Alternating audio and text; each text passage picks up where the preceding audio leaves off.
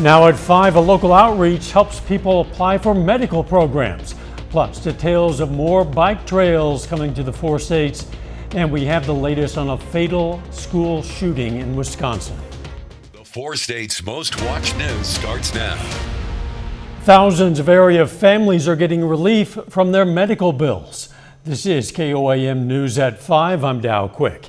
The announcement comes from Hope City Church, which has campuses in both Joplin and Northwest Arkansas.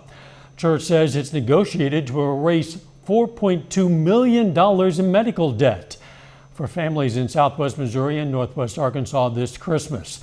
The program targets unpayable debt that's too large for someone to overcome on their own due to either the size of the debt or the income of the recipient. Church says this will eliminate all medical debt for more than 3,200 people in our region who fall below a specific financial threshold.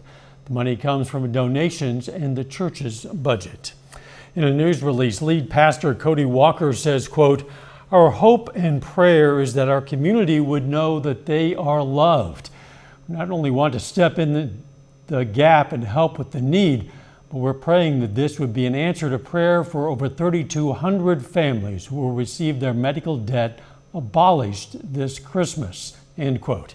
You'll find more information on this story on KOAMnewsnow.com. Cherokee County Health Department hosted an outreach clinic at Galena City Hall today. They help people through the process of programs like WIC and CanCare and offering lead tests help through the application process. Their goal is to help families gain access to the resources they need and meet their health needs. I was able to get on WIC, get on some food assistance and even childcare subsidies. That really helped my family get on the right path towards financial liberation. They encourage people to attend the outreach clinic to find out what they qualify for. Bicyclists are gearing up for some new rides as 4 new routes are set to roll out across the 4-state area. Those additions are part of a national effort to expand the United States bicycle route system, a network designed to connect cyclists with safe, designated routes across the country. The new paths will stretch through Indiana, Missouri, and 2 fresh routes in Kansas for cyclists in Joplin. This means a new passage all the way to Arkansas. Bicycle tourism is a big part of what we do. We established Bike Route 66 back in 2018, and people do traverse that throughout the season. And we're talking about people who are doing multiple day, multi-city traveling across the states, and they will hit many, many locations across a state or across a region. And BR 66 has been very profitable for us as far as folks traveling that. This will be the most added mileage in any year, totaling 50,000 miles of routes available. Let's check in with meteorologist Lindsay Gaffney now for a first look at the weather.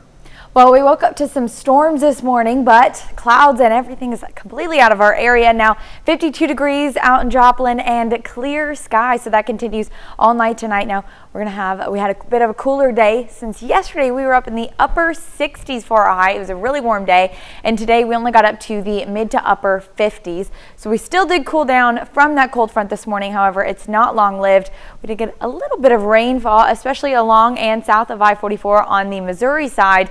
We got up to 4 inches of rain in some very isolated areas, but most of us received about ½ an inch to about 2 inches of rain. So we did get quite a bit. Now we're going to be completely clear for the rest of the night, although we do have some clouds moving in tomorrow and a cool start on Tuesday before another warm up, but I'll talk about that coming up. All right, we'll catch you in a few. A gunman opened fire at a private Christian school in Madison, Wisconsin today. Police say at least 3 people are dead, including the suspect. At least 7 others were injured. Lilia Luciano reports.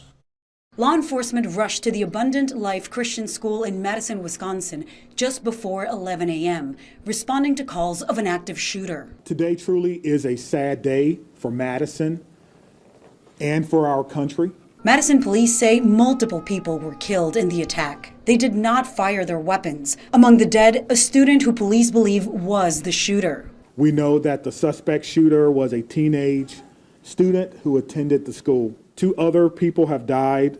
That died were a teacher and a teenage student. At least 5 others were hurt and taken to the hospital. Police said their injuries range from minor to life-threatening. There's no other threats or danger to the community. We're in the process now of what we call reunification. Nearly 400 students from kindergarten through 12th grade attend the non-denominational school. This was their final week of classes before the Christmas break. It's a little shocking. You always see it on TV that it happens somewhere else, and it's very scary. Law enforcement officials say the FBI and the ATF are assisting with the investigation. Lilia Luciano, CBS News, New York. Authorities have recovered a handgun from the scene. Police are asking the public to avoid that area. Still ahead, support for mothers-to-be. Giving birth while Black. Racial disparities remain when it comes to maternal health. I'm Dr. Malika Marshall. Plus, a new report on a baffling condition impacting children. Those stories next in Health Watch. Get the new iPhone 16 Pro on us. No trade-in needed. U.S. Cellular, built for us. Topping today's Health Watch, the American Academy of Pediatrics has issued a new report about a baffling condition known as PANS, or Pediatric Autoimmune Neuropsychiatric Disorders. Not much is known about the causes and treatment for it, which is characterized by the sudden onset of symptoms such as obsessive compulsive behaviors, tics, or anxiety. A subset of the condition is linked to strep infections, but the authors say antibiotics should only be recommended if the child tests positive for strep. They recommended interventions such as cognitive behavioral therapy as the first line of treatment. The AAP also updated its recommendations for detecting critical congenital heart disease among newborns. CCHD is a birth defect that causes the highest number of deaths in infants due to congenital malformations. The new guidelines call for a simplified screening algorithm allowing for earlier intervention. Going through labor can be tough for any expectant parent, but it can be especially challenging for Black mothers whose voices aren't always heard by hospital staff. As Dr. Malika Marshall reports, a program in Boston is trying to improve the labor and delivery experience for moms of color, one doula at a time. At 35, LaToya Baskin was thrilled to be pregnant with her first child, Jason, but she had concerns about giving birth. I've definitely heard and seen stories about how it's just harder, or just more, you have to advocate for yourself a little more as an African American. We know that there are inequities or differences in the way that Black individuals or individuals of many different backgrounds either experience their labor and delivery care or their ultimate outcomes. Dr. Allison Bryant is the Associate Chief Health Equity Officer for Mass General Brigham. She says having a doula or a professional support person can help decrease C-section rates, improve the patient experience, and promote breastfeeding. But they can be expensive. So Mass General Brigham started a program called Birth Partners, which pairs a doula with an expectant parent of color free of charge. LaToya was matched with Aisha Lee, who's been a doula in the Boston area for 30 years. When I advocate, I'm advocating to the patient, not to the nurses. So I'm guiding her, telling her if she's not liking what's going on, how do you feel about that? I don't like this, I don't like this. Once she tells me what she don't like, I then guide her how to tell them what she doesn't like about it, so her voice is being heard. So how many ounces are you feeding them now? Aisha met with LaToya before, during, and after delivery, and quickly became a member of her birthing team. Another person in my village to help me along the way. What are you doing, silly? Even if I haven't seen him in 3 months, when I step in the door and I start talking to him, they remember my voice. The same voice that helped LaToya get the type of delivery she wanted. Dr. Malika Marshall, CBS News, Boston.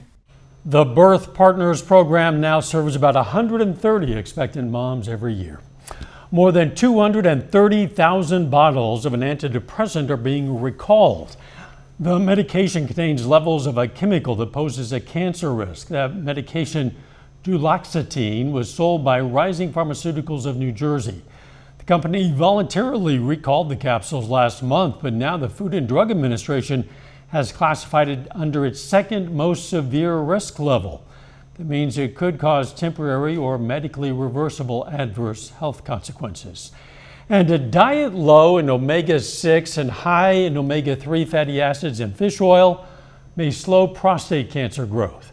UCLA researchers monitored men in the early stage of the disease. They found that after 1 year, those who followed the diet significantly reduced the growth rate of prostate cancer cells in their bodies. And that is a look at today's health news. A little bit later, bottoms up. A Guinness shortage is looming over the holiday celebrations in Britain. I'm Sahar Zand with how pubs are struggling to meet the high demand and why some are rationing pints. And we've got a pretty warm week ahead, even though we've got some rain chances. I'll have that coming up. Save big money at Menards on all your home improvement. Call Area Hearing and Speech Clinic today, 417-781-2311. Well, we started off the day with some thunderstorms, some pretty loud thunderstorms along and south of I-44, but you can take a look outside Indigo Sky Casino and Resort, and it's clear skies for the rest of the evening. Overall, that front that came in this morning dropped about 2.5 inches of rain near the Joplin area, south and south of Carthage, but also a couple of isolated spots where you see in the orange south of Carthage near Mount Vernon and south of Springfield, about 4 inches of rain. And then out in Kansas and Oklahoma, the max amount of rainfall out there is about 1.5 inches. So a lot of rainfall, especially south of I-44, but northern parts didn't see any rain at all. Now, still have some upper level clouds kind of pushing into the area from the west, but overall we're going to have a clear night tonight with temperatures dropping down to the mid 30s, so it is going to be pretty cool. Now today we got up to the upper 50s, so it was about a 10-degree drop from the temperatures yesterday, and we've got that cool night tonight, but winds shift again, so we're back out of a southerly breeze as we head into Tuesday. So temperatures don't stay cold for long. You can see by Tuesday morning, 7:30, about 34, 35 degrees out in the Joplin area and surrounding. So we're all going to be in that mid 30s degree range. And then by the afternoon, winds are back out of the south with temperatures reaching the upper 50s yet again. So we stay well above average for the next week or so, but we do have a cool day on Wednesday, and that's going to be one of the only cooler days that we see this week. Now, winds shift back out of the north Wednesday morning. That cold front comes in, so this colder air rushes into our area with temperatures dropping back down into the 30s with highs only reaching mid 40s on Wednesday. Not long lived yet again, because we do have another wind shift line that is coming in to bring our temperatures back up on Thursday. Now we have the chance for another round of few showers Tuesday afternoon where that wind shift line is coming in, but really they're isolated at best, not going to bring a lot of rainfall. So let's walk through our Tuesday. We have clouds increasing by mid-morning to early afternoon. And some of those clouds, we might get a little bit of a mist or maybe some sprinkles, but mostly not getting rainfall until later on in the afternoon. So overcast by mid-afternoon, about 4:35 p.m. Temperatures reaching those upper 50s, about 57, 58 in Joplin, 60 in Veneta, 59 in Bella Vista. And then that front starts to push in. Now, heavier rain develops just south of our area. There you can see some stronger storms pushing down south of Bella Vista, but that front, we do have a few showers kind of developing right along that boundary. Now, not expecting a lot from this, but we could see some areas where we might get a little bit of a rain shower or some sprinkles, but not long lived, and then clearing out pretty quickly Wednesday morning. Now still going to start the morning off pretty cloudy. Temperatures are going to be in the 30s, and then we're looking good after that. Now winds are also going to be a bit of an issue as we head into Tuesday morning, gusting out of the south-southeast about 15-20 miles per hour. Pretty much the whole day on Tuesday, and then as that front pushes in, winds gusting 25 to even pushing 30 miles per hour out of the north. So we've got about a windy day on Wednesday, and it's also going to be a bit cooler, so it might feel a bit cooler than actual temperatures. And then Thursday back into the 50s. Now we've got a cool weekend, Friday, Saturday, Sunday, but again, yet another warm up just in time for Christmas Eve and Christmas Day, about 60 degrees. So it is going to be a warm week next week too. Definitely not a white Christmas. No, kind of the opposite. I mean, what the palm trees, you know, yes, that's exactly how it's going to feel this Christmas. A lot of people are looking at the travel conditions around Christmas. So a little shower chances, but I don't think they're going to be much. All right, sounds good. Thanks. Hey, don't forget, tomorrow is going to be our last Toy Box Tuesday telethon. Volunteers at our phone banks will take your calls during our noon, 5, 6, and 9 o'clock shows. Call in, donate money, or you can donate brand new toys and make a difference in the lives of some area children this Christmas. For more information, including where you can drop off toys, Just go to our website. You know what that is, koamnewsnow.com/toybox. Coming up, a growing business. We're going to tell you about the expansion of a Joplin greenhouse. I'd like to get some cookies and milk, but you can get a whole lot more at Food for Less. Like Chuck Roast. Must be 21 or older to attend. Entertainment schedule is subject to change. Topping today's Consumer Watch, a popular Joplin business is growing. The Joplin Greenhouse and Coffee Shop will open a second location called Bloom in historic downtown Joplin. The new location on 218 South Main Street will serve as a streamlined version of the Joplin favorite, but visitors can expect the house-made syrups and house-roasted coffee they've come to love. Bloom will open on Wednesday. Industry experts say don't expect egg prices to look much better in 2025. Wells Fargo Agri-Food Institute sector experts say high egg prices will continue next year if highly pathogenic bird flu continues to hit egg supplies. Egg-laying chicken numbers before March of 2022 supported lower egg prices, but the onset of bird flu since then resulted in short supplies of eggs. Wholesale egg prices jumped nearly 55% in November. With holiday celebrations in full swing, drinks are in high demand, but a shortage of Guinness is threatening to dampen festivities across the pond. Reporter Sarah Zand has that story. A long-time pub favorite, Guinness is seeing a surge in popularity in the US and beyond, especially among women and young people. Thanks, mate. But this holiday season, pubs are facing a crisis. This is where the Guinness should be, and that normally comes up to about here. They can't get their hands on enough of the black goodness, with producers reporting exceptional consumer demand for Ireland's national drink. And now, some pubs are resorting to ration cards. In these difficult times of Guinness rationing, we require our beloved patrons to purchase 2 other drinks before they can buy their ration of Guinness. Oh my God! Why'd you laugh? No, because that actually sounds funny. Even with those drastic measures, some taps are already running dry, brewing disappointment for those who just can't bear the holidays without their favorite drink. My husband will be sad. He likes it more than I do. It will ruin his Christmas. It's Christmas done, Christmas over. And he's not alone, with many thirsty for Guinness being turned away. It's kind of sad because I love Guinness, but it is what it is. For now, some taps are still flowing, but only at a trickle, leaving many settling for other drinks while adding Guinness to their Christmas wish list. Sahar Zand, CBS News, London. Shortage comes after reports pubs were panic buying Guinness in the lead up to Christmas so they didn't run dry during the holidays. More Americans are using buy now, pay later services. Some people are turning to this plan to avoid accumulating massive credit card debt. A new report shows on Cyber Monday, consumers spent nearly $1 billion using buy now, pay later. That was a record amount for a single day. Last year, consumers spent more than $75 billion, total up from $65 billion in 2022. A final check of the forecast next.